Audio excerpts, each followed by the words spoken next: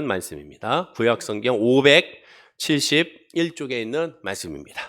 우리 다 함께 열왕기하 6장 14절에서 19절까지의 말씀을 우리 함께 천천히 합독하도록 하겠습니다. 왕이 이에 말과 병거와 많은 군사를 보내매 그들이 밤에 가서 그 성읍을 에워쌌더라.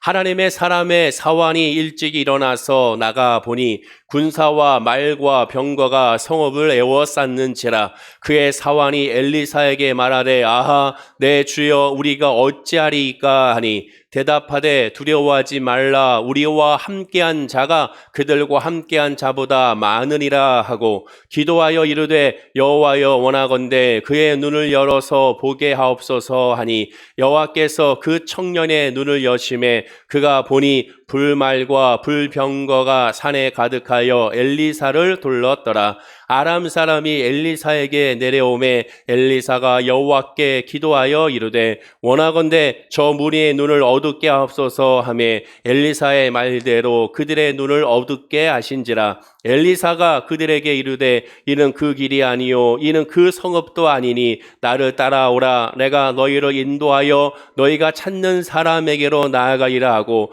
그들을 인도하여 사마리아에 이르니라. 아멘. 할렐루야. 하나님의 은혜, 성령의 충만. 오늘 하나님 말씀이 열왕기하 6장 14절에서 19절의 말씀으로 눈을 열어서 보게 하옵소서라는 제목으로 말씀의 은혜를 나누고 우리가 이 한 달을 출발하기 원합니다. 엘리사 선지자는 엘리야 선지자에 이어서 북이스라엘 왕국에서 활동한 선지자입니다. 오늘 본문의 주인공이 바로 엘리사 선지자인데 그 선지자는 북이스라엘 왕국에서 활동한 하나님의 사람이죠. 본문의 말씀이 있는 열왕기하 6장은 북이스라엘을 노리던 아람의 침공을 물리치는 엘리사 선지자의 사역에 대한 말씀이 오늘 본문에 나와 있습니다. 사진을 보시면 잘 보일지 모르겠지만 북이스라엘의 왕국 대각선으로 바로 이 아람 왕국이 있습니다. 당시는 북이스라엘과 남유대 왕국으로 이스라엘이 쫙 쪼개져 나눠지면서 동시에 주변에 있는 모든 민족들, 에돔이라든가 모압이라든가 또한 오늘의 본문의 이 아람과 같은 그러한 민족들이 나라를 세우면서 한마디로 중국의 천추 중국 시대와 같이 아주 복잡한 시대상을 갖고 있던 때가 바로 이 엘리사 선지자가 활동한 때였습니다. 그런데 오늘 본문에서 특이한 것은 엘리사 선지자가 강력한 군사력으로 공격해오는 아람 군대를 무찔렀다라는 말씀이 오늘 본문에 나와 있지 않습니다. 엘리사 선지자 한 사람의 영적인 힘으로 말미암아 아람 군대의 대군을 물리쳤음을 우리는 성경을 통하여 확인하게 되죠. 그리고 이것도 더 놀라운 것은 아람 왕이 이 북이스라엘 왕국을 전쟁으로 공격하여 점령하려고 하는 계획을 세우기만 하면 마치 밀고자가 있는 양 정확하게 그것을 그대로 전달하여 이스라엘이 대처하여 아람 군대 공격을 그때마다 다 대처하고 방비했다라는 겁니다. 그리고 무찔렀죠. 열왕기하 6장 10절에 보면 이렇게 말합니다. 이스라엘 왕이 하나님의 사람이, 여기서 하나님의 사람은 엘리사 선지자입니다. 하나님의 사람이 자기에게 말하여 경계한 곳으로 사람을 보내 방비하기가 한두 번이 아닌지라라고 말합니다.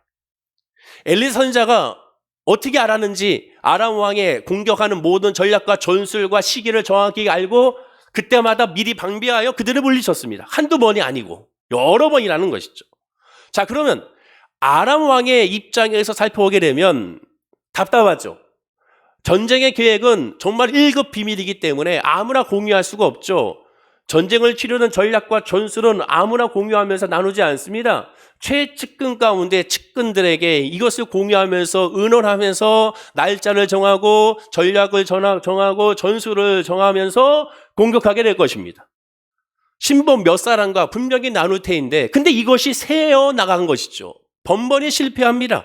그렇다면 내통하는 자가 있다고 의심하지 않을 수가 없죠. 당연히 이 중에 배신자 또한 스파이가 있겠구나라고 생각할 것입니다. 그래서 아람 왕은 하도 이상하니까 혹시나 싶어 신하들에게 물어봅니다. 얼마나 마음껏 생각했겠어요. 내가 가장 믿고 있는 신복들인데 설마 이 중에 그랬을까? 아닐 거야. 그래도 이거 해나가잖아. 그래도 의심이 되잖아. 아니야, 아닐 거야. 이렇게 반복하다가 결국 답답하니까 물어봅니다. 열왕기하 6장 11절에 이러므로 아람 왕의 마음이 불안하죠. 그 신복들을 불러 이르되 우리 중에 누가 이스라엘 왕과 내통하는 것을 내게 말하지 아니하느냐라고 말합니다. 야, 우리 중에 누가 이스라엘과 내통하는 것이 아니냐, 스파이가 있는 것이 아니냐라고 의심할 수밖에 없죠. 자, 그러자 12절에 신복 중에 한 사람이 답을 합니다. 그 신복 중에 한 사람이 이르되 우리 주 왕이여 아닙니다. 오직 이스라엘 선지자 엘리사가 왕이 침실에서 하신 말씀을 이스라엘의 왕에 고합니다 라고 말합니다. 아닙니다. 어느 누구도 우리는 배신하지 않습니다.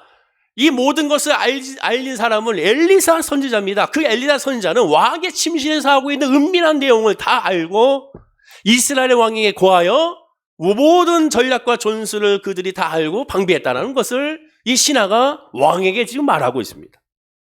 그렇습니다. 엘리사 선지자의 신통력이, 영성이 이 주변 나라의 왕과 정치 지도자들에게도 이미 퍼졌음을 우리가 알게 되죠. 자, 그런데 재밌는 사실은 이 12절 말씀을 딱 보면 여러분 어떤 마음이 듭니까? 이 말을 딱 듣는 순간 여러분들이 왕이라면, 여러분들의 신하가 이 말을 하면 여러분들은 어떠한 반응을 보이겠습니까? 저 같으면 첫 번째 반응은 성격이 급해서 그럴지 몰라도 어쩌면 주먹부터 나갈지도 몰라요. 야, 너 무슨 소리야 지금? 미친 거 아니야? 라고 얘기하겠죠. 왜? 말이 안 되지 않습니까? 지금처럼 최첨단의 정자 장비, 전기 장비가 있는 것도 아니고 뭐 위성이 있는 것도 아닌데 여기서 얘기하는 것을 어떻게 엘리사 선지자가 알고 있어? 너 무슨 소리야? 라고, 말도 안 된다고? 너 지금 나를 바보로 하냐고? 이 말했던 신하에게 분명히 징계를 내릴지 모르겠습니다. 그런데 아람 왕은 뭐라고 하고 있습니까? 이 신하의 말에 어떤 의심도 하지 않고 인정하고 있습니다. 그래, 네 말이 맞아. 자, 그러면 엘리사 선지자는 어떻게 알았을까? 당연히 하나님의 사람이니까 기도 가운데 하나님께서 계시와 환상을 주셔서 여호와의 성령이 임하시되 여호와의 말씀이 임하시되 하면서 하나님께서 엘리사 선지자에게 알려줬겠죠. 그런데 본문에서 엘리사 선지자의 모습을 보면 이렇게 하나님의 계시와 환상 가운데서 이러한 능력이 있을 만도 합니다. 왜냐? 엘리사 선지자가 하나님께 구한 것은 무엇입니까? 열왕기하 2장 9절에 보면 건너매 엘리야가 엘리사에게 이르되 나를 내게서 취하기 전에 내가 내게 어떻게 할 것을 구하라. 엘리사가 가로되 당신의 영감이 갑자기나 내게 있기를 구하나이다. 엘리사 선지자는 엘리야 선지자의 제자였습니다. 엘리야 선지자가 이제 하나님의 부름을 받기 전에 마지막으로 구하고 싶은 건 뭐냐라고 물어봤을 때 엘리야 선지자는 바로 당신의 영감의 갑절의 영감이 나에게 있기를 원합니다 라고 하나님께 또한 엘리야에게 구하고 있는 것을 보게 되죠. 엘리야 선지자의 엄청난 하나님의 능력과 기적을 그 갑절로 소망했던 사람이 엘리사 선지자였고, 그러니 오늘 같은 본문의 역사는 당연히 하나님의 은혜로 말미암아 이루어졌음을 우리는 또 확인하게 되죠. 이에 비하여 아람 왕과 그 신하들은 얼마나 어리석습니까? 의논하면서 엘리사 선지자의 놀라운 시통력과 그의 영성을 인정했습니다. 맞아, 엘리야 선지자는 우리의 이야기를 다 듣고 있었어. 나의 침실에서 하는 이 모든 것을 다 알고 있어. 의심하지 않냐고 다 확신했습니다. 그들은 그 능력을 확인하고 다음과 같은 판단을 합니다. 근데 이 판단이 너무 어리석어요. 아람 왕과 신하들은 자기들의 말이 스파이가 이 안에 있는 것이 아니라 엘리사 선지자인 것을 알자 다음과 같은 조치를 취합니다. 본문의 13절과 14절이에요. 왕이 이르되 너희는 가서 엘리사가 어디 있나 보라. 내가 사람을 보내어 그를 잡으리라. 왕에게 아뢰어 이르되 보라, 그가 도단에 있도다 하나이다. 왕이 이에 말과 병거와 많은 군사를 보내매 그들이 밤에 가서 그 성읍을 에워쌌더라 라고 말합니다. 여러분 얼마나 어리석어요. 왕이 이르되 너희는 가서 엘리사가 어디인지 살펴봐라. 그래, 엘리사가 우리의 비밀을 알고 있구나. 엘리사를 잡아 죽이자. 그럼 엘리사가 어디인지 알아봐. 그 엘리사는 지금 도단에 있습니다. 사진과 같이. 그리고 도단은 지금 현재 있는 도단 평야인데, 사진을 한번 보여주세요. 도단 평야인데 이곳에 있습니다. 이 성읍에 있습니다. 그러자 옳다구나. 그럼 가서 모든 군사를 동원하여 엘리사를 잡아서 죽이자라고 지금 총동원의 명령을 내리고 있습니다. 얼마나 어리석습니까? 왜 어리석어요? 그들이 방금 인정했잖아요. 왕의 침실에서 하는 내용을 엘리야 선지자가 다 알고 있다. 그러면 지금 하고 있는 내용을 다 알고 있다는 사실을 왜 그들은 모릅니까? 자기들이 지금 잡으러 온다는 사실을 엘리사가 모르겠습니까? 다 알고 있겠죠. 모를 리가 없다는 그런 생각은 계산해 두지 않고 분노가 치밀어서 앞뒤 사리 분별하지 못하고 밀고 나가고 있는 이들의 모습을 살펴볼 수가 있습니다. 자, 그러면 아람 왕이 엘리사 선지자를 잡으러 포위했는데 어떻게 됐을까? 잡았을까요? 어떻게 됐을까? 결말이 어떻게 됐을까? 오늘 본문 18절과 20절이 바로 그 결론입니다. 제가 천천히 읽어드릴 테니 같이 한번 눈으로 읽어보시기 바랍니다. 아람 사람이 엘리사에게 내려오매 엘리사가 여호와께 기도하여 이르되 원하건대 저 무리의 눈을 어둡게 하옵소서 하매 엘리사의 말대로 그들의 눈을 어둡게 하신지라. 엘리사가 그들에게 이르되 이는 그 길이 아니요 이는 그 성읍도 아니니 나를 따라오라. 내가 너희를 인도하여 너희가 찾는 사람에게로 나아가리라 하고 그들을 인도하여 사마리아에 이르니라. 사마리아에 들어갈 때 엘리사가 이르되 여호와여 이 무리의 눈을 열어서 보게 하옵소서 하니 여호와께서 그들의 눈을 여심해 그들의 보니 자기들이 사마리아 가운데에 있더라. 자, 보십시오. 저 무리의 눈을 어둡게 없어서 아람 군대가 포위했는데 그 포위한 그 군대의 눈을 어둡게 해달라고 엘리사 선지자는 기도합니다. 그러자 그들의 눈이 어둡게 됐습니다. 자, 그들의 눈이 어둡게 됐다는 것이 완전히 맹인이 됐다는 것을 의미한 것이 아닙니다. 분별하지 못한다는 거예요. 분별하지 못한다는 거. 엘리사 선지자가 바로 앞에 있는데 이 사람이 엘리사 선지자인지 모릅니다. 엘리사 선지자가 그들에게 말합니다. 당신이 잡아놓은 사람은 여기 있는 것이 아닙니다. 도단에 있는 것이 아닙니다. 사마리아 성에 가야 있습니다. 그러니 나를 따라오세요. 내가 그걸로 인도해 주겠습니다. 그들을 그 모든 군사들을 데리고 사마리아 성문에 그것도 사마리아 한가운데 그들을 데리고 갑니다. 이 모습을 한번 상상해 보십시오. 수많은 군대가 적군의 수도의 한가운데로 들어가고 있습니다. 그러면 이미 그들은 다 준비하고 이들을 포위하여 이들을 죽일 모든 방책을 세우고 있는 그 한마 덫 한가운데, 함저 한가운데 들어가게 되는 것이죠. 자, 그러면 오늘 제가 말씀드리고 하는 것이 바로 이 부분인가? 이 부분이 아닙니다. 오늘의 핵심은, 오늘 본문에 있는 핵심에는 이 결론이 아니라 결론까지 이어지는 과정 가운데 있는 본문 15절과 17절의 말씀입니다. 자, 본문 15절과 10절 말씀 한번 읽어볼까요? 천천히 읽어보겠습니다. 다 함께 시작. 하나님의 사환이 일찍 일어나서 나가 보니 군사와 말과 병거가 성읍을 에워쌌는지라. 그의 사환이 엘리사에게 말하되 내 주여 우리가 어찌하리이까 하니 대답하되 두려워하지 말라. 우리와 함께한 자가 그들과 함께한 자보다 많으니라 하고 기도하여 이르되 여호와여 원하건대 그의 눈을 열어서 보게 하옵소서 하니 여호와께서 그 청년의 눈을 여심해 그가 보니 불말과 불병거가 산에 가득하여 엘리사를 둘렀더라. 이 부분입니다. 군사와 말과 병거가 성읍을 에워쌌습니다. 이거 현실이죠. 현실 가운데 우리의 이상의 눈에 봤을 때 아람의 군대가 포위했습니다. 그러자 엘리사 선지자의 사환 종 게하시는 엘리야의 사에게 말하되 내 주여 우리가 어찌합니까? 라고 반응합니다. 당연한 반응이겠죠. 포위했으니까 당연히 두렵겠죠. 그런데 엘리사 선지자는 이렇게 답을 합니다. 대답하되 두려워하지 말라. 우리와 함께한 자가 그들과 함께한 자보다 많다. 총동원하여 성을 다 에워쌌는데 우리가 더 많다는, 우리가 더 군사가 많다, 우리가 더 사람이 많다, 우리가 이긴다, 그 말하고 있습니다. 그러면서 이 엘리사 선지자는 이렇게 말하죠. 기도하여 이르되 여호와여 원하건대 그의 눈, 여기서 그의 눈 누굽니까? 게하시 종의 눈을 열어서 보게 하옵소서 하니 여호와께서 그 청년 게하시의 눈을 여심해 그가 보니 불망과 불병거가 산에 가득하여 엘리사를 둘렀음을 확인하게 됩니다. 영안의 눈을 뜨지 못한 엘리사 선지자의 사원 게하시는 현실의 위기에, 포위의 위기에 크게 절망했습니다. 그러나 영안의 눈이 열렸던 하나님의 군대를 바라봤던 이 엘리사 선지자는 전혀 돌아가지 아니하고 느긋하게 있었음을 우리가 확인하게 되죠. 전혀 현실의 문제가 그에게는 위협이 되지 않았습니다.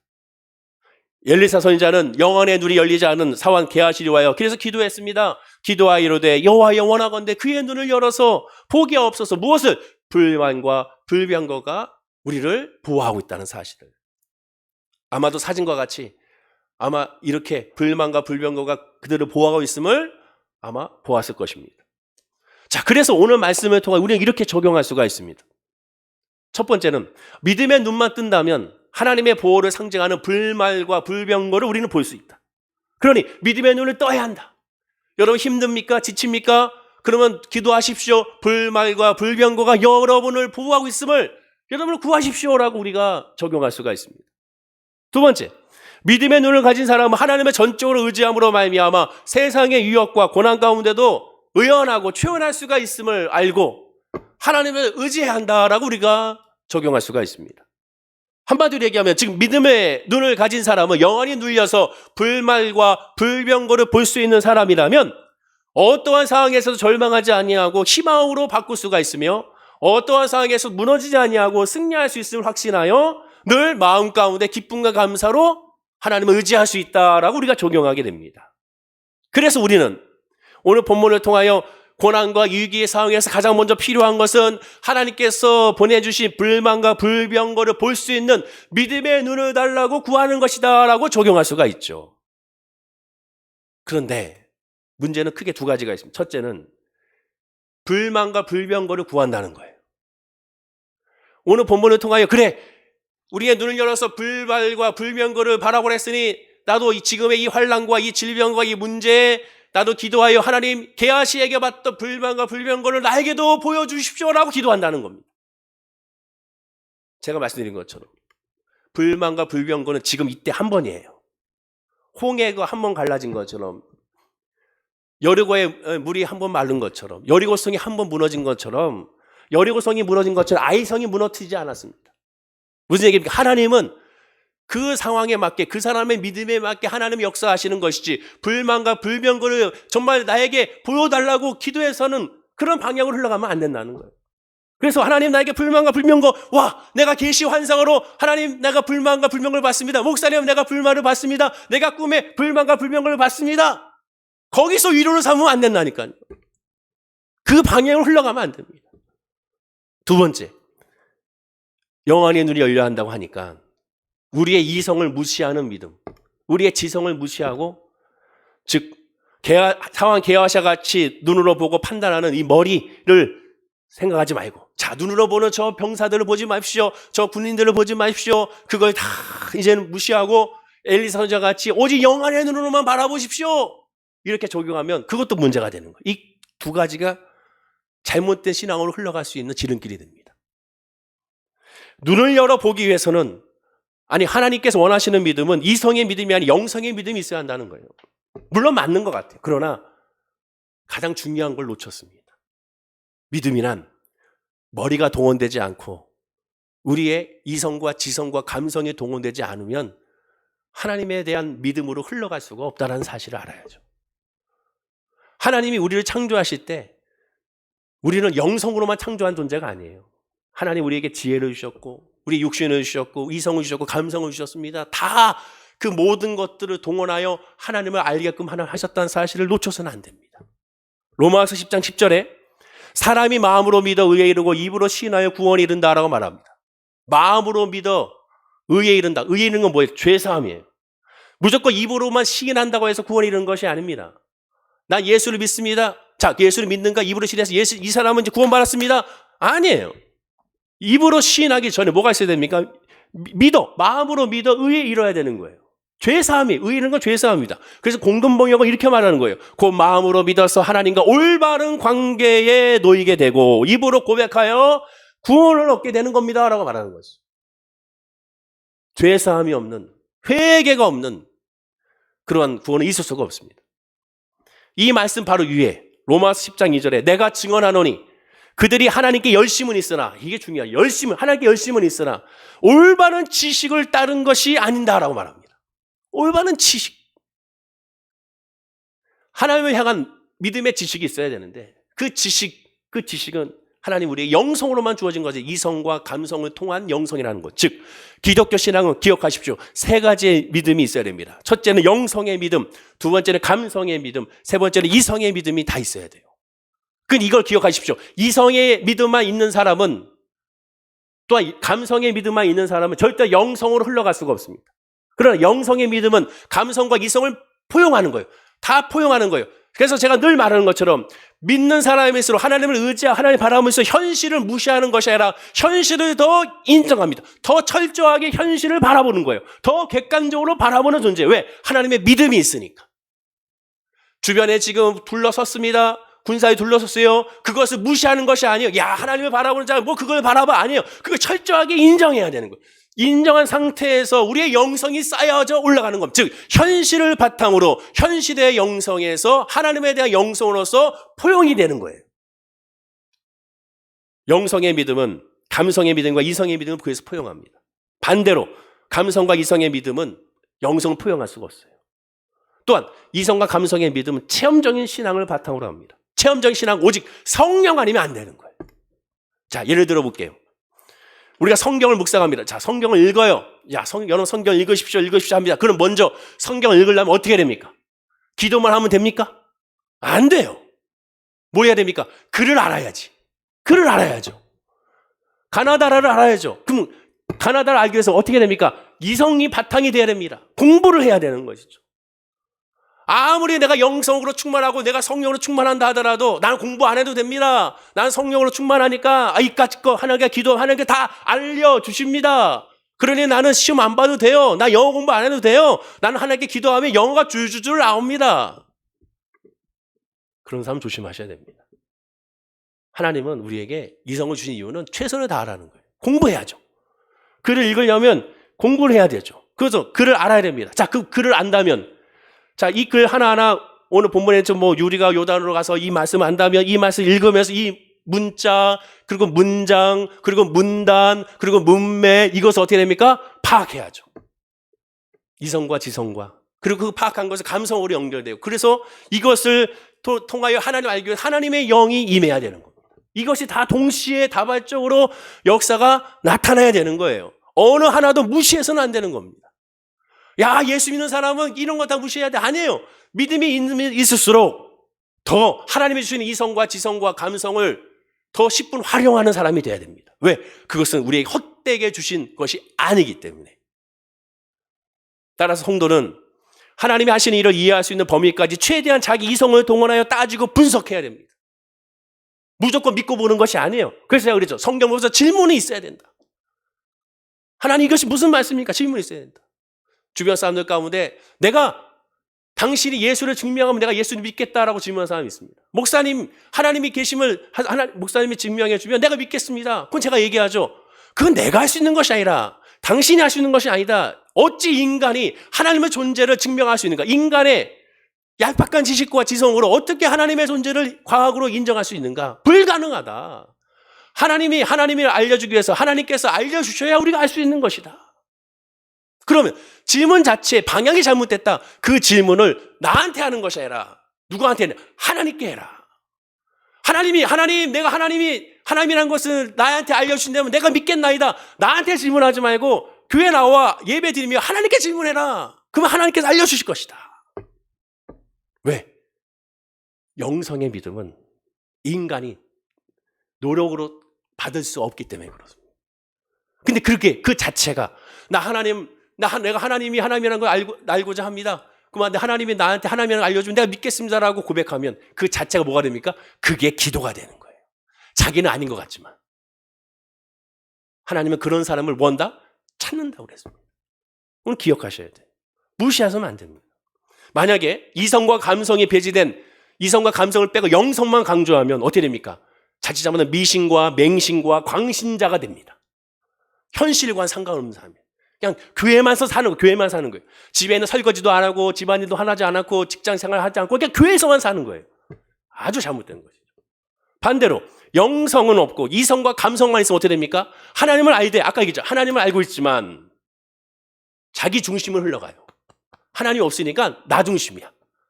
그러니까 내가 원하는 것만 하려고 하는 거죠. 하나님은 없는 거, 하나님의 뜻은 없어요.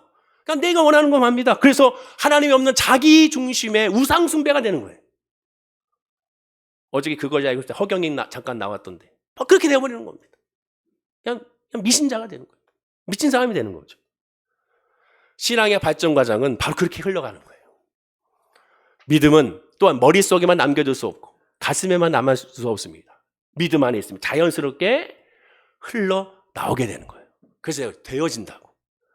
마태복음 5장 13절과 15절을 한번 읽어볼까요? 예수님 말씀입니다. 자, 시작.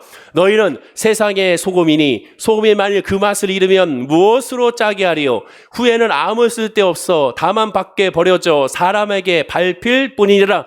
너희는 세상의 빛이라. 산 위에 있는 동네가 숨겨지지 못할 것이요 사람이 등불을 켜서 말 아래에 두지 아니하고 등경 위에 두나니 이러므로 집안 모든 사람에게 빛이 느니라. 뭡니까? 믿음 안에 있으면 노력할 필요가 없어요. 예수 전하세요 할 필요가 없다니까요.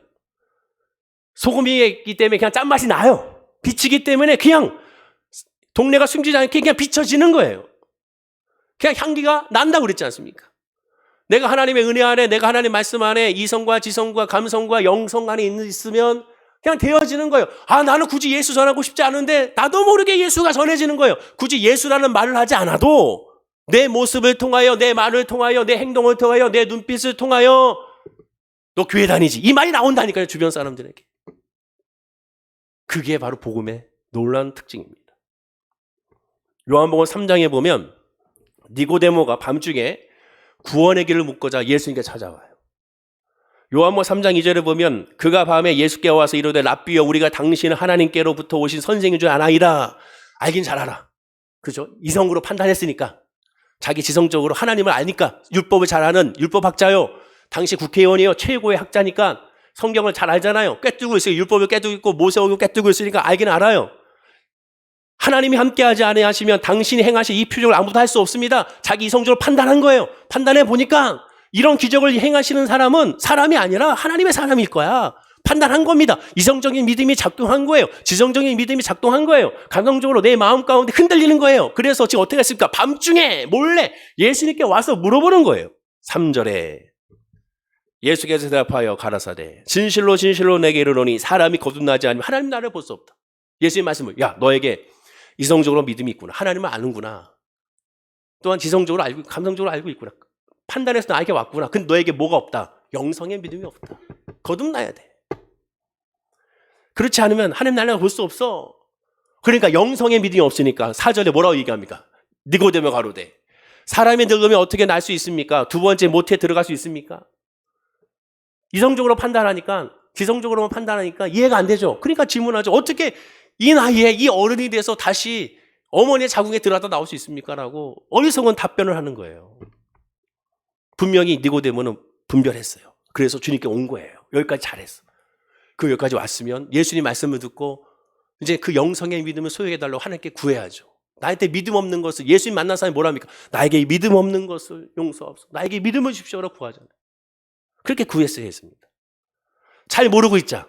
니고데모를 향해 예수님은 또다시 설명합니다. 3장 8절에 자, 이 말씀 읽어볼까요? 시작. 바람이 이미로 불매 내가 그 소리를 들어도 어디서 오며 어디로 가는지 알지 못하나니 성령으로 난 사람은 다 그러하니라. 성령으로 난 다 그러하니라. 성령, 영성에 믿는 사람은 내가 어떻게 예수 믿게 됐지? 몰라. 이해가 안 돼. 설명이 안 돼. 주변 사람들한테 설명이 안 돼요.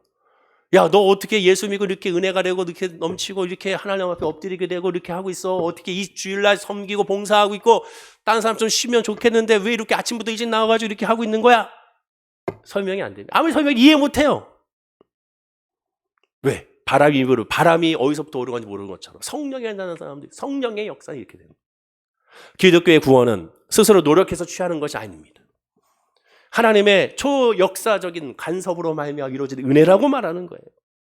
성령의 역사가 이어갔습니다. 니고데모는 이성적인 믿음이 없었던 것이 아니에요. 감성적인 믿음이 없었던 것이 아니에요. 지성적인 믿음이 없었던 것이 아니에요. 그러나 하나 영성이 없었던 겁니다. 그럼 이 영성을 하나님께 물어봤어요. 그걸 구해야죠. 하나님 나에게도 성령을 부어줘. 나에게도 그 믿음을 부어. 이 어리석은 나에게 믿음을 주십시오. 난 아직도 모르겠습니다. 그래서 나에게 믿음을 주십시오. 이 자리에 있는 여러분도 마찬가지입니다. 나에게 아직 믿음이 없다고 생각한다면 하나님 나에게 믿음을 주십시오라고 구해야죠. 얼마나 구해봤습니까? 하나님은 얼마나 하나님께 구하고 간구해봤나요? 하나님은 구하는 자를 절대 외면하지 않습니다. 요한복음 3장 10절에 답답하게 예수님은 또 얘기합니다. 예수께서 가라사대 너는 이스라엘의 선생으로서 이러한 일을 알지 못하느냐? 당시 최고의 학식과 동물 가지고 니고데모는 영적 차원엔 무지했습니다. 그리고 이러한 영적 차원은 오직 성령을 통해서 나타나요. 예수님이 말합니다. 마태복음 10장 17절에 베드로에게 말합니다. 예수께서 대답하여 가라사대 바요나 시몬아 내가 복이 있도다. 왜? 주는 그리스도시요 살아계신 하나님의 아들이라고 고백했던 이 시몬에게 답하는 거예요. 너희가 복이 있다. 이를 내게 알게 하니는 혈육이 아니요 하늘에 계신 내 아버지다. 내가 공부해서 예수는 그리스도 살아계신 하나님의 아들이라고 고백한 것이 아닙니다. 내가 성경을 열심히 연구했더니 야 예수는 그리스도시요 살아계신 하나님의 아들이야. 이게 아니라니까요. 성령이 역사하는 겁니다. 또한 요한복음 10장 26절에 말합니다. 자 읽어볼까요? 시작. 보혜사 곧 아버지께서 내 이름으로 보내실 성령 그가 너희에게 모든 것을 가르치고 내가 너희에게 말한 모든 것을 생각나게 하리라. 성령이 아니면 결코 말할 수가 없습니다. 그걸 우리가 구해야 될 건 뭐예요? 성령이죠. 하나님 나에게 하나님을 알게 하옵소서. 주일날 예배드리는 목적이 뭐예요? 성령이에요. 구약에서 왜 율법 제사를 드리는 목적이 뭡니까? 구약의 율법 제사의 목적이 뭐예요? 죄사함 뭐 하나님과의 관계, 회복. 우리가 하나님 앞에 모이는 목적은 하나님과의 회복입니다. 하나님은 나에게 성령을 주셔서 하나님을 알게 하옵소서. 고린도전서 2장 13절입니다. 역시 읽어볼까요? 시작. 우리가 이것을 말하거니와 사람의 지혜가 가르친 말로 아니하고 오직 성령께서 가르치신 것으로 하니 영적인 일은 영적인 것으로 분별하니라. 영적으로 분별해야 되는데 영적인 것 이성으로 분별하고 과학으로 분별하고 지성으로 분별하고 자기의 경력으로 분별하니까 답이 안 나오는 거죠. 답이 안 나오죠.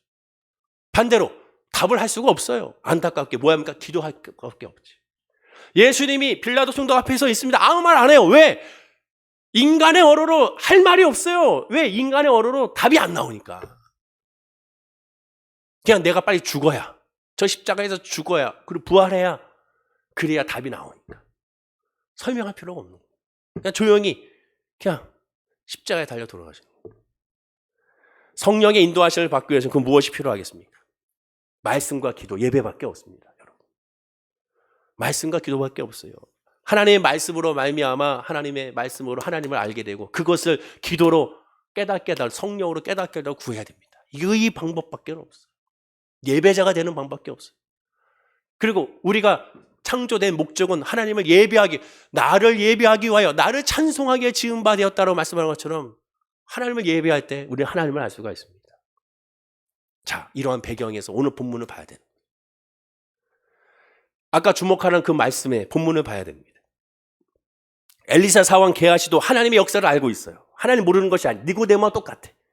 하나님은 알아요. 왜? 엘리사 선지자와 함께하면서 하나님의 역사를 체험하시잖아요. 알아요. 모르는 것이 아니에요. 분명히 그 자리에서 당신 하나님 믿습니까? 안 믿습니까? 하면 다 믿습니다라고 할 겁니다. 그런데 이 엘리사의 사원 게하시는 두려워하고 있습니다.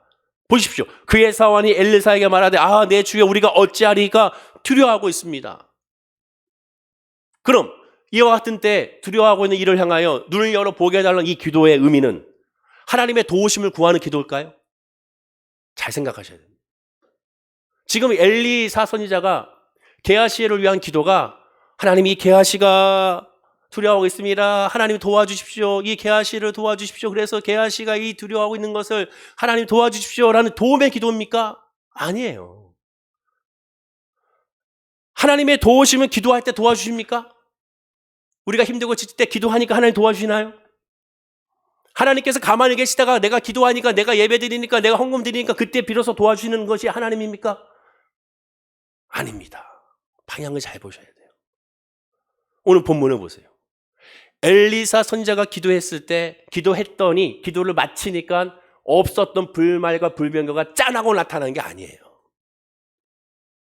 자, 본문 17절을 다시 한번 읽어보십시오. 17절입니다. 시작. 기도하여 가로되 여호와여 원컨대 저의 눈을 열어서 보게 하옵소서 하니 여호와께서 그 사환의 눈을 여심해 저가 보니 불말과 불병거가 산에 가득하여 엘리사를 둘렀더라.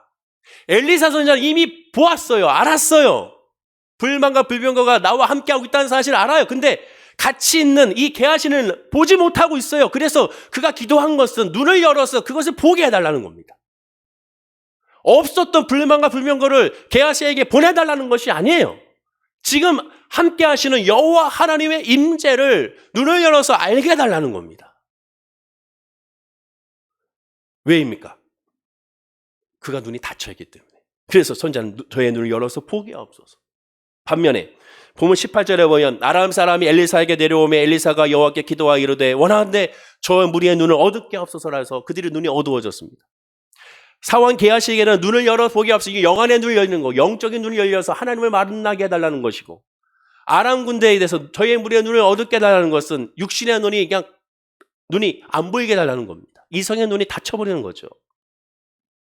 그럼 한번 생각해 보십시오. 엘리사 선지자는 하나님은 믿음의 사람이 가는 곳마다 함께 해준다고 알고 있습니까? 알고 있죠. 그럼 엘리사 선지자는 하나님은 믿음의 사람이 가는 곳마다 함께 해준다는 것을 확실히 믿고 있는가? 믿고 있죠. 자, 그럼 이 질문을 똑같이 게하시에게 해봅시다. 게하시는 하나님은 믿음의 사람이 가는 곳마다 함께 해주는 것을 알고 있는가? 알고는 있죠. 왜? 하나님 믿으니까. 하나님의 전능하신 하나님의 무소부지하심을 알고 있습니다. 그럼 두 번째 질문. 그러면 이 게하시는 하나님의 사람이 믿음에 가는 곳마다 함께 해준 것을 확실히 믿고 있는가? 믿지는 못하는 거죠. 믿었다면 엘리 선지자와 같이 두려워하지 않고 염려하지 않고 하나님이 함께 하심을 알기에 평안하겠죠. 엘리사 선지자의 믿음은 믿고 알고 있게 행동할 수 있습니다. 게하시의 믿음은 알고만 있지 믿지는 못하게 행동이 안 되는 거예요. 두려워하는 거예요. 자, 우리의 모습의 신앙을 보십시오. 알지 못하기에 행동할 수 없기에 우리는 어떻게 구합니까? 믿습니다라고 해요. 네, 안 믿어진다는 거예요. 믿습니다. 믿습니다. 믿습니다. 여전히 믿지 못한다는 거예요. 또한 급한 일이 생겨야 기도하고 또 기도해야만 불병과 불말이 출동한다고 알고 있습니다. 기도의 방향이 잘못된 거예요.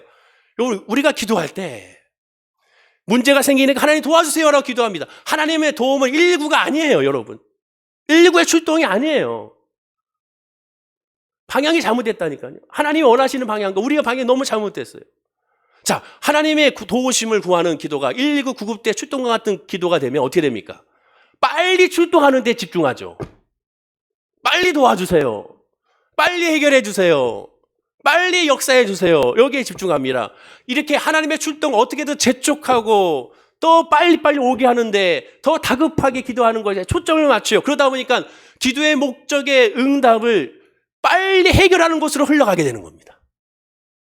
하나님 원하시는 그게 아닌데. 그러니까 어떻게 돼요? 야, 금식해. 그럼 빨리 응답받아. 야, 기도원가? 그럼 빨리 응답받아. 그래서 지금 작전 기도하고 자, 목사님 모시고 하자. 물론 좋아요. 근데 목적이 달라요. 방향이 잘못됐어. 그냥 오비가 나고 있는 계속. 죄가 뭡니까? 화살에 출발했지만 관역에서 벗어나는 게 죄라고 그랬잖아요. 잘못되고 있어요. 기도의 목적은 응답을 빨리 받는 게 아니에요. 기도의 목적은 하나님을 바라보는 게 목적이에요. 이 상황에 하나님이 나를 떠나지 아니하고 나와 함께 하시고 나를 붙잡아 주시고 나를 인도하신다는 사실을 깨닫는 영안의 눈이 열리는 것이 기도의 목적이에요. 그게 목적이 됩니다.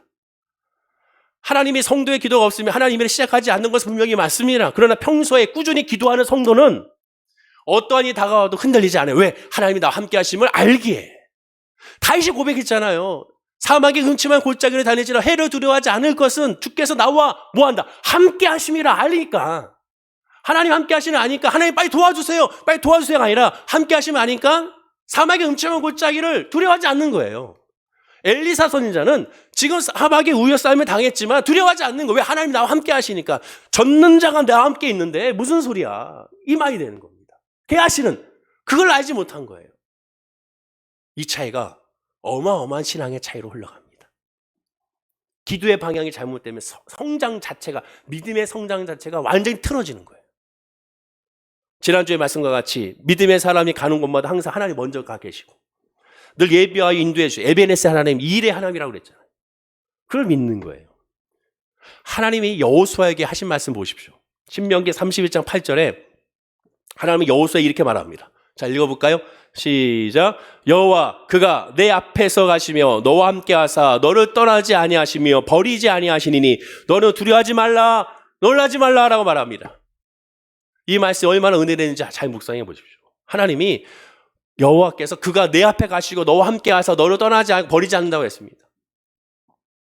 지금 하나님께서 지금 얘기하는 거 이 네 가지를 계속 얘기하는데 결국 한마디 뭐예요? 함께 한다는 거야. 함께. 내가 너와 함께 할 거야. 하나님의 관점은 함께하는 것만 얘기하고 있어요. 내가 너와 함께할게. 내가 너를 어떤 문제가 생길 때 내가 다 해결해 줄게 아니에요. 내가 너와 함께하고 있어. 함께하고 있어. 이것만 집중해요. 동시에 함께하니까 뭐 하지 말라? 너는 두려워하지 말고 뭐 하자? 그 다음에 놀라지 말라. 이거죠.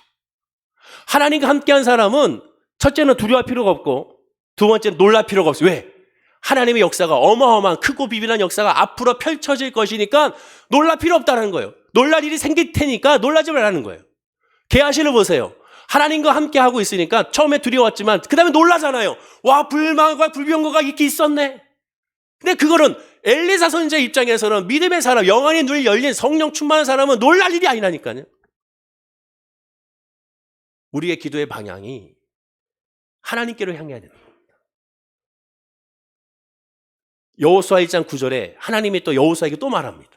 내가 내게 명령한 것이 아니냐. 그러니까 신명기에서 이때 한번 말했잖아요. 근데 여호수아가 제대로 또 두려워하고 있었던 것 같아요. 그러니까 다시 얘기하죠. 강하고 담대하라. 두려워하지 말며 놀라지 말라. 내가 어디로 가는지 내 하나님 여호와가 너와 함께 하시니라. 보십시오. 강하고 담대하라. 두려워하지 말고 놀라지 말라면서 또 뭐랍니까? 내가 너와 함께 한다. 하나님은 계속 함께 할 거야. 내가 너와 함께 해. 교제만 얘기하고 있어. 내가 너와 함께하고 있어. 내가 너와 함께하고 있어. 내가 너와 함께하고 있어. 이것만 얘기합니다. 여호수아뿐만 아니에요. 하나님께서 모세를 통해서 아니 직접 여호수아에게 말씀하신 것 또 보십시오. 1장 5절에 내 평생에 너를 능히 대적할 자가 없으리니 내가 모세와 함께 있었던 것 같이 내가 모세와 함께 있었던 것 같이 내가 모세를 도와준 것 같이 내가 모세를 대신하여 전쟁에서 이기게 한 것 같이 내가 모세를 대신하여 모든 것을 다 문제를 해결해 준 것 이게 아니면 내가 모세와 함께 하고 있었던 것 같이 너와 함께 있을 것이다. 내가 너를 떠나지 버리지 않는다. 하나님의 계속 얘기하는 게 함께. 모세와도 함께. 모세가 출애굽하기 전에 하나님 난 못 가겠습니다 했던 이거 뭐야? 하나님 함께 하시면 이 문제잖아요. 80년 동안 지금까지 나 혼자 뒀는데 이제 와서 무슨 소리입니까? 날 또 버려주지 않겠습니까? 이 문제잖아요. 그래서 계속 하나님께 확신을 갖고 싶었던 거는 함께 하느냐 함께 하지 않느냐. 그것이 모세가 하나님을 향하는 기도와 하나님께서 모세에게 원하는 것이 함께라는 것이 하나가 됐을 때 역사가 나타났잖아요. 하나님은 여호수아에게도 말합니다. 함께. 그러면 이 둘만 그랬나? 아니 솔로몬도 마찬가지. 솔로몬에게 뭐라고 얘기하는지 보십시오. 역대상 28장 20절입니다. 자, 읽어볼까요? 시작. 또 그의 아들 솔로몬에게 이르되 너는 강하고 담대하게 이 일을 행하라. 두려워하지 말며 놀라지 말라. 내가 여호와의 성전 공사의 모든 일을 마치기까지 여호와 하나님 나의 하나님이 너와 함께 계시사 내게서 떠나지 아니하고 너를 버리지 아니하시다. 똑같은 얘기예요. 하나님 한결같아요. 내가 너와 함께 한다.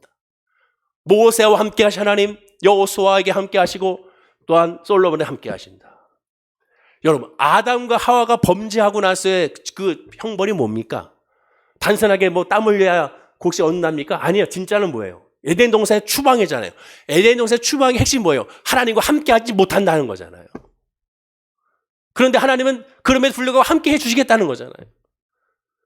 그것이 바로 징계이자 또한 은혜가 되는 거죠. 그러면 솔로몬에게 이 얘기했는가? 다윗에게도 얘기했고 다 얘기했습니다. 자, 결정적으로 예수님이 마지막 지상 명령으로 하신 말씀 보십시오. 내년도 우리 교회 1년도에 교회 표가 될 텐데 목표 말씀인데 마태복음 28장 20절입니다. 자, 읽어볼까요? 시작. 내가 너희에게 분부한 모든 것을 가르쳐 지키게 하라. 볼지어다 내가 세상 끝날까지 너희와 항상 함께 있으리라 하시라. 예수님도 마지막에 결국 뭐 얘기합니까? 함께 하겠다. 이 얘기입니다. 함께. 자, 역으로 얘기하면 우리가 실패하는 이유가 뭐예요? 신앙에 무너지고 실수하고 섭섭하게 되고 뭐 나 교회 안 나와요 하게 된 이유가 뭡니까? 사람인 것 같잖아. 어떤 환경인 것 같잖아. 결국 함께의 문제입니다. 하나님 함께 한다면 그것에 대해 확신이 있다면 어떠한 암이 와든 어떠한 질병이 오든 어떠한 어려움이 있든 어떠한 환경이 있든 하나님 함께 하시기에 넉넉히 이길 수가 있게 되는 거예요. 사도 바울은 그것을 알았어요. 그래서 이 일에 외에는 고사하고 이 세상에서 핍박과 환난을 다 고사하고 내가 염려되는 것이 그것은 뭐냐? 성도 한 사람의 연약함, 교회의 연약함이라고 말하고 있지 않습니까? 그 연약함이 뭐예요? 하나님과 함께하는 올바른 믿음이 있어야 되는데 그 믿음이 벗어났을 때 그것이 가장 안타깝다는 거예요. 사도 바울은 로마서 8장에서 이렇게 얘기합니다. 만일 하나님이 우리를 위하시면 누가 우리를 대적하리요? 자기 아들을 아끼지 아니하시고 우리 모든 사람을 위하여 내어주시니가 어찌 그 아들과 함께 모든 것을 우리에게 은사로 주지 아니하시겠느냐? 누가 우리를 그리스도의 사랑에서 끊으리요? 환난이나 공고나 핍박이나 기근이나 적신이나 위험이나 칼이랴. 그러나 이 모든 일에 우리를 사랑하시리로 말미암아 우리가 넉넉히 이기느니라. 내가 확신하노니 사망이나 생명이나 천사들이나 권세자들이나 현재이나 장래이나 능력이나 높음이나 기쁨이나 다른 아무 피조물이라도 우리 주 예수 그리스도 안에 있는 하나님의 사랑에서 끊을 수 없으리라. 사도 바울도 결국 얘기하는 뭐야? 함께 하신 하나님. 어느 누구도 그걸 끊을 수 없어. 여기에 목적을 두고 있습니다. 우리의 예배, 우리의 기도와 우리의 방향이 하나님과 함께 하는 것에 목적을 둬야 되죠. 그렇게 목적을 뒀을 때 우리는 흔들리지 않게 되는 겁니다. 근데 이것이 목적이 아니라 계속 응답에만 있으니까 우리의 신앙 성장이 안 되는 거예요. 성장한 것 같으나 그 힘들고 어려운 시기가 지나가면 왜 예배 드리지 않습니까? 왜 더 하나님 바라보지 않습니까? 함께하지 하나님에 집중하지 않았기 때문에.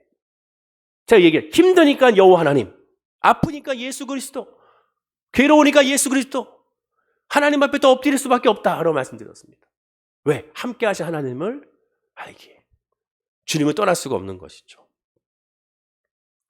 우리 모든 사람을 위하여 내어주시니까 어찌 그 아들과 함께 모든 것을 우리에게 은사 주지 않겠냐. 놀라운 말씀이죠. 다 주신다는 거잖아요. 언제? 함께 할 때. 역으로 얘기하면 함께 하지 않으면 이 모든 역사를 알 수가 없는 거예요. 하나님을 본다는 것은 결국 하나님이 어떤 분인지 안다는 겁니다. 그래서 우리의 신앙에 정말로 절실한 과제가 있다면 하나님의 임재 여부가 먼저가 아니라 그 성도가 하나님의 임재를 보느냐 보지 못하느냐의 문제입니다. 눈이 열리느냐 열리지 않느냐. 자, 호세아 4장 6절을 보십시오. 자, 읽어볼까요? 시작. 내 백성이 지식이 없으므로 망하는도다. 내가 지식을 버렸으니 나도 너를 버려 내 지장이 되지 못하게 할 것이요. 내가 내 하나님의 율법을 잊었으니 나도 내 자녀들을 잊어버리리라. 내 백성 지식이 없으므로 망한다. 여기서 말하는 지식은 뭐냐? 히브리어로 디아트입니다. 아다라는 단어에서 나와서 야다라는 단어. 이 야다라는 단어의 뜻은 뭐냐? 알다라는 건데 그냥 아는 것이 아니라 직접 보아서 확인하는 것을 말합니다. 체험적인 신앙이에요. 여호와 하나님에 대한 지식은 체험의 신앙입니다. 내가 하나님을 체험해야 돼요. 그럼 그 체험이 뭡니까? 문제 해결 체험인가? 질병 치료 체험입니까? 아니에요. 여기서 말하는 체험은 하나님을 아는 체험입니다. 하나님을 직접 만나는 체험. 하나님 만난다는 거예요. 죄사함의 체험. 주님, 나는 죄인입니다. 나를 위해서 죽으시고 나를 위해 부활하셨습니다. 이걸 믿는 거예요. 그 믿음을 십자가의 문을 통과해야 진정으로 신앙의 성장이 이루어지는 거죠. 내가 지식을 버렸으니 나도 너를 버려 내 지상이 되지 못하게 한다고 했습니다. 내가 내 하나님 율법 잊어서 나도 내 자녀를 잊어버린다고 했습니다. 그러나 사실 하나님은 이렇게 말했으나 이렇게 하지 않으셨어요. 왜? 그래도 사랑하니까, 함께하고 싶으니까. 근데 우리는 그 반대일 가능성이 너무 많지 않습니까? 우리의 방향이 하나님께로 향해야 돼요. 하나님을 알기 위해 힘써야 됩니다. 따라서 신앙이란 하나님을 더 알아가기 위한 싸움이 되어야 돼요. 이것을 위해서는 머리로도 그 일을 해야 되고 우리의 이성과 감성과 지성과 영성으로 다 싸워야 되는 겁니다. 로마서 1장에 말한 것처럼 하나님은 모든 만물을 통하여 여호와 하나님을 보이셨고 알리셨고 핑계치 못한다고 그랬습니다. 우리는 우리의 기도는 우리의 신앙은 우리의 예배는 우리의 목적은 하나로 흘러가야 됩니다. 오늘 엘리사 선지자가 기도한 것처럼 눈을 열어서 보게 하옵소서. 아버지요, 내 눈이 열려서 하나님을 알게 하옵소서.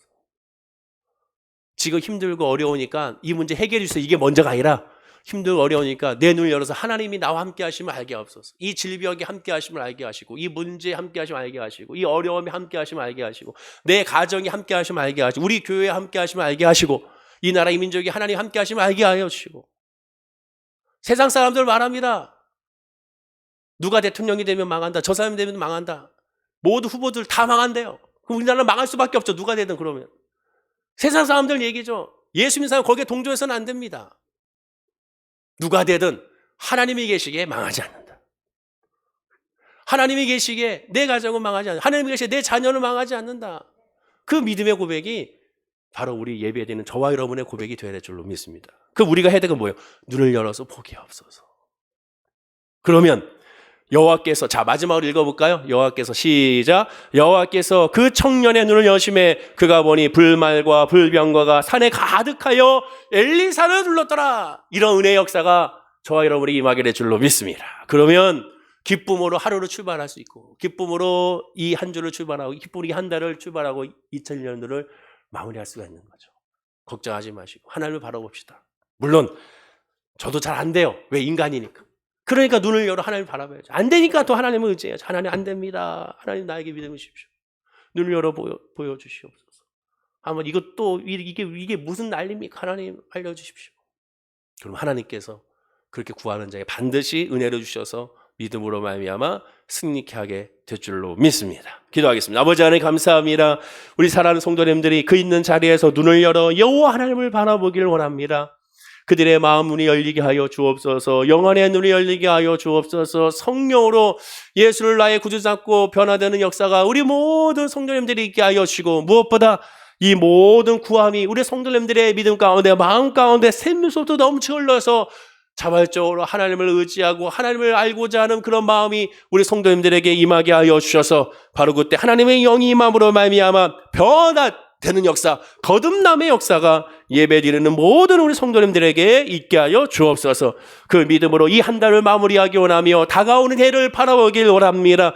예수 안에 있음으로 말미암아 이겨나가고, 예수 안에 있음으로 말미암아 형통하며, 예수 안에 있음으로 말미암아 어느 길이든지 주와 함께 하심으로 늘 감사가 넘쳐남을 고백하게 하여 주시옵소서. 감사드리며 예수님의 이름으로 기도드립니다. 아멘. 우리